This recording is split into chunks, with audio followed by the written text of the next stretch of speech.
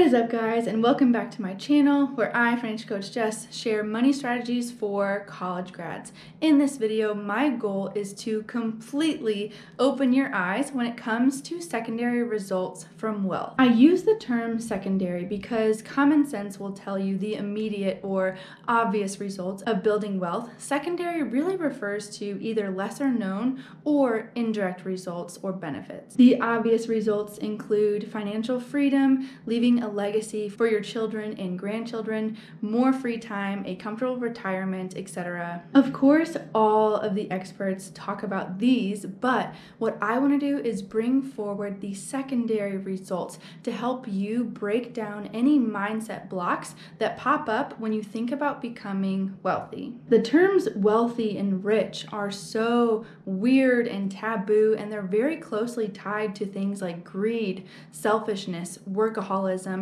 and I don't think that these things are the default. My philosophy on money is that wealth simply exposes what is already there. If you are greedy or hoarding with very few resources, that's not going to change when you receive or are blessed with a lot. The money just simply exposes what was already there. Similarly, if you're a good steward of what God has blessed you with, money is just going to amplify that. There's this twisted assumption that when good people get rich, it turns them into this Scrooge, and I refuse to believe that. My philosophy on wealth is completely different, and I'll go into that throughout this video today. So let's get started with number one on my list of secondary wealth results. Number one, a secondary result of wealth building is that your sphere of influence can grow. I've had people make really weird faces when I've said this before, but it is true. Wealth building does not guarantee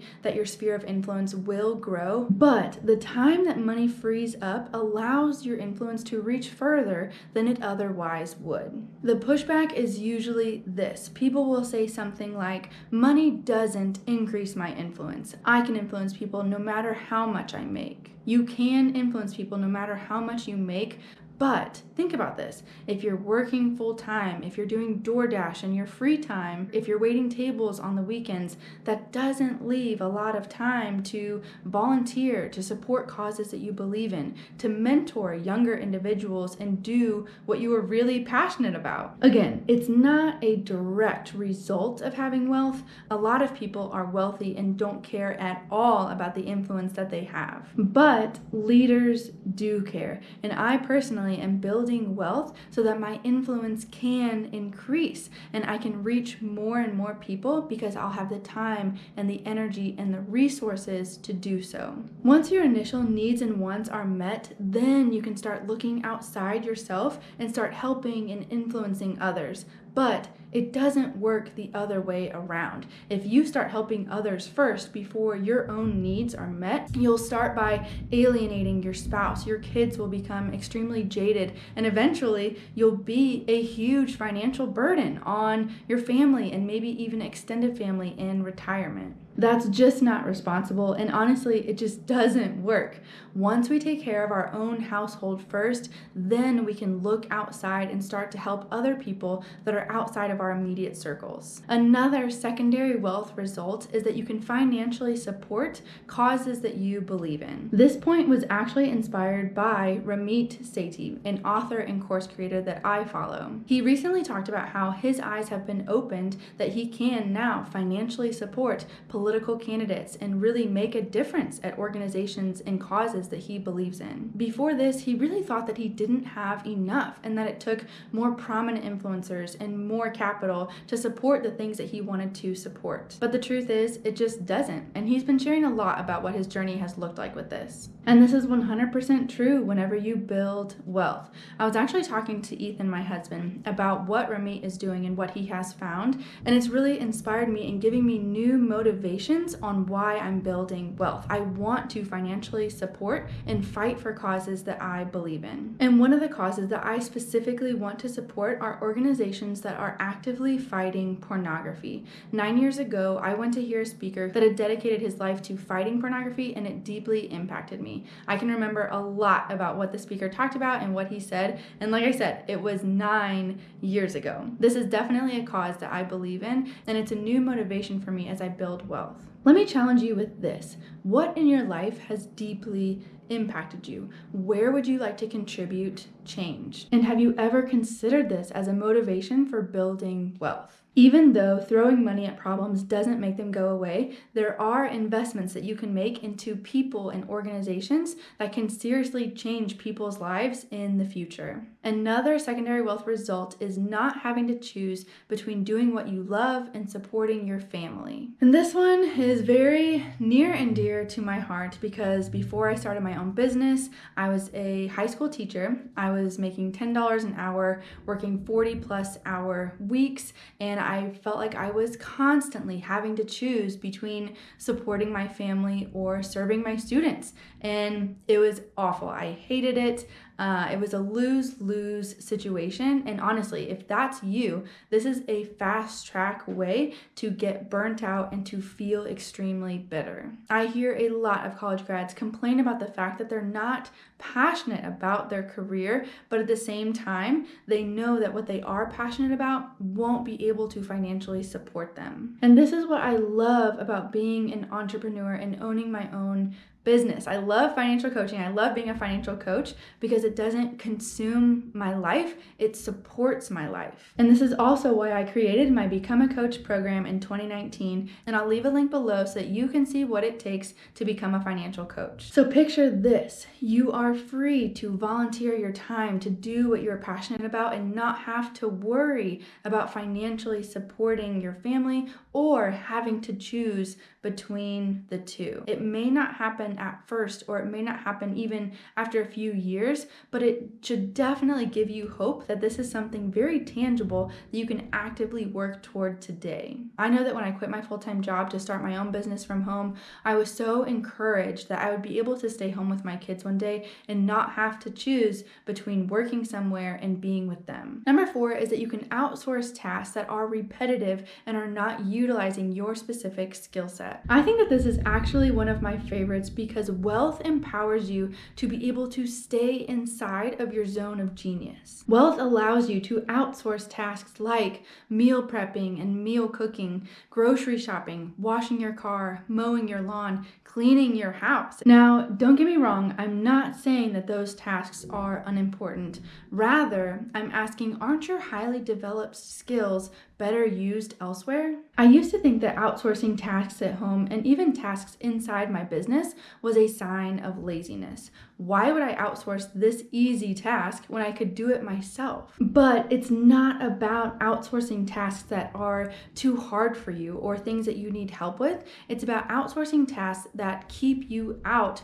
of your zone of genius, tasks that don't require your specific skill set. And this is done to protect your energy and time. Something that we've been outsourcing for a while, and I am really loving it, is that we are outsourcing our dinners all together. We've been using a meal service called Eatology, and now you're probably thinking, what the actual heck? Like, you work from home. If I worked from home, it would be so easy to plan and to cook the meals. But the issue is that Ethan and I are working all day, and we really hate cooking. It is anything but therapeutic for us. We hate every single step, getting the ingredients, deciding what to eat, doing any kind of prep throughout the day, and then we get off work and are supposed to go do this thing that we absolutely hate. Literally every single day. And this process just sucked up a lot of our evening time each and every day. With Eatology, we choose what meals we want each week.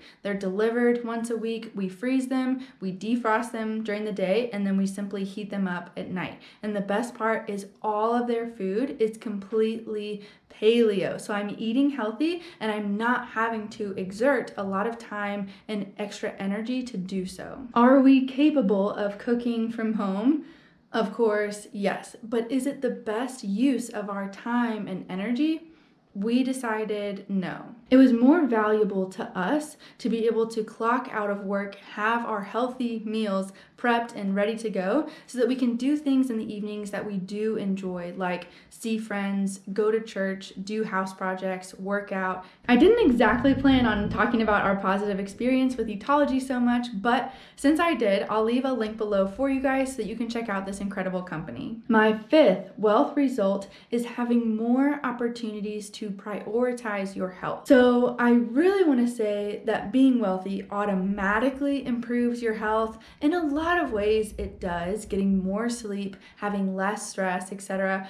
But I know that not everyone takes advantage of these opportunities, so to be more accurate, I'll say that being wealthy gives you more opportunities to improve your health. Your health is important. In this video right here, I talk about the bad money advice that I've heard people saying cancel gym memberships and eat cheap food. But in this video, let's talk about the positive results of not having monetary restraints. As I mentioned in number 4, Ethan and I are able to order our own paleo meals. Is this more expensive than cooking ourselves? Yes. But we also see this as an investment into our health. When you are wealthy, you are able to prioritize your health in a way that broke people do not have. I've really grown in this, and I've come to see my ability to prioritize my health as a huge privilege that I am blessed with. All this to say, whenever you prioritize your wealth, you are then able to prioritize your health too. And number 6 is this. Whenever you're wealthy, you don't have to make every single decision based on dollars and cents. You can make decisions based on what you value most. I absolutely love this one, and I think it's pretty self-explanatory, but I want to give you some examples that I have personally seen. And the first example is vacations. Vacations are great no matter what, but when you're wealthy, you get to plan vacations based on what you value most, not based on what the cheapest option is, the cheapest flight, the cheapest stay, the cheapest excursions or things to do. You can actually do what you prioritize and what matters most to you. A wealthy person, of course, still has to save for it, but isn't it empowering and inspiring to have so much confidence in your financial ability that you can choose exactly what you want to do, you can prioritize what you value most, and you know financially that you'll be able to save up for that when the time comes. My other example is inviting others, whether this is a big event like a wedding or just having friends and family over for a barbecue or a small get-together. When you're wealthy, you can invite others to do things based on value. You can do everything based on how you want it to be and what matters most to you, instead of inviting others over and just making decisions based on what the cheapest options are. Again, a huge, very freeing and liberating secondary result that a lot of people don't think about when they think about being wealthy. My 7th wealth result has to do with the mindset shifts that need to occur in order to accumulate wealth. It's actually very crazy to me that mindset blocks occur, and they have very real consequences like self-sabotage. Some of the mindset shifts that have to occur include changing your mindset when it comes to spending, and this could be guilt or judgment. Think about a time when you saw someone buying something and you scoffed and you thought to yourself, how lazy do you have to be in order to buy this, right? Or what a terrible purchase. I would never buy something like that. Real talk.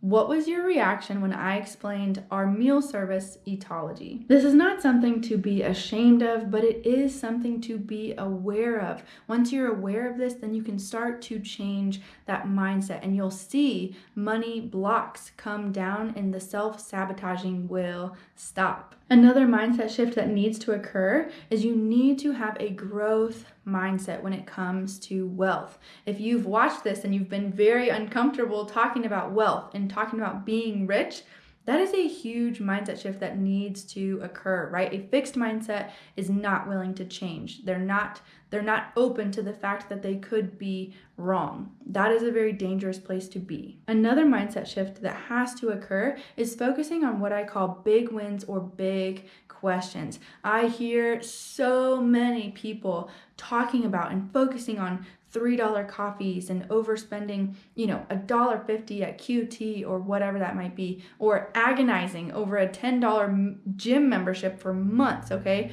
And they are asking the wrong questions. They're focusing on the wrong things. You've got to start shifting your view to focus on big wins and big questions. And this is a huge pillar. This is what I've built my financial coaching program on. This is what I teach my students. Another mindset shift that needs to occur is switching your view from asking, what other expenses can I cut? Where else can I save money? To how can I increase my income? And now there's nothing wrong, inherently wrong, with asking, how can I cut my expenses? But it is finite. It is limited. You can only cut your expenses so far. But on the other hand, there is no limit to how much you can increase your income by, especially now with the online world. There are so many opportunities for passive income and just unlimited resources when it comes to entrepreneurship and building a business. It's a much smarter question to ask, how can I increase my income, rather than how can I cut more expenses? There are so many more mindset shifts that have to occur in order for you to accumulate wealth. I've given you just a small taste here. I do go in depth in my one-on-one coaching program, and you can find more information on that in the link below. My 8th result is using your money to solve problems rather than solving problems to get more money. It's honestly so sad for me to think about all of the people that are born and they die, and in the middle, all they do is struggle in poverty. They just try and try to get more money, to keep up with a lifestyle, and this end is just, it's devastating. I think a huge secondary result of wealth is realizing that money is a tool and not the finish line. Wealthy people recognize this and they use their money to solve problems. At some point, you have to transition from solving problems and getting more money to then using that money to make an impact. I always say you cannot work your way into wealth, but you can invest your way into wealth. You have to use that money as a tool and make it work for you. There aren't enough hours in the day for you to toil and work your way into wealth, but by investing, by making your money work for you, you start to see the bigger picture. And seeing the bigger picture of what money is for will allow us to make better, well-informed decisions when it comes to money. Here is kind of the overall thing that I want you to take away from this video, and that is that wealthy people think and act very, very differently from broke people. And at this point, I hope you're thinking, wow, this has been such a refreshing new look at what wealth is, and why isn't anyone talking about this? But here's the thing. Wealthy people know better than to talk about their philosophy when it comes to money and to talk about their lifestyle and how they make decisions. People get pretty pissed off when wealthy people flex and describe and talk about their wealth and their lifestyle. When closed-minded individuals tell wealthy people that they don't want to hear about it, wealthy people stop talking about it, but they don't stop living it. My advice for you, and what I've already started doing myself, is to seek out entrepreneurs and other wealthy individuals. Find ones that you have things in common with, and then start to learn from them. Some that I have found and that I'm following already are Ramit Sethi, that I mentioned earlier, a course creator and author, Isabella Silverio from Guava Empowerment, and Sean Cannell from Think Media. So let me ask you, what influencers, what leaders are you looking up to? This is so important when it comes to wealth. If someone that you really respect buys something that you think is absurd or ridiculous, instead of scoffing and writing it off, instead ask yourself an honest why. Why was that a valuable purchase to them? And more importantly, why was that my reaction to what they did, knowing nothing about the situation? And here's an encouragement as well. I have grown so much in this area. I honestly was the one that would scoff and ridicule expensive restaurants and services when I could just do it myself. I honestly did judge people when they spent more money on something than I would have. And this was a big money block and a money mindset that I had to shift and identify and then overcome. If you learned something new today and got value out of this video, don't forget to hit the like button, subscribe, and I'll see you in the next video. Bye guys.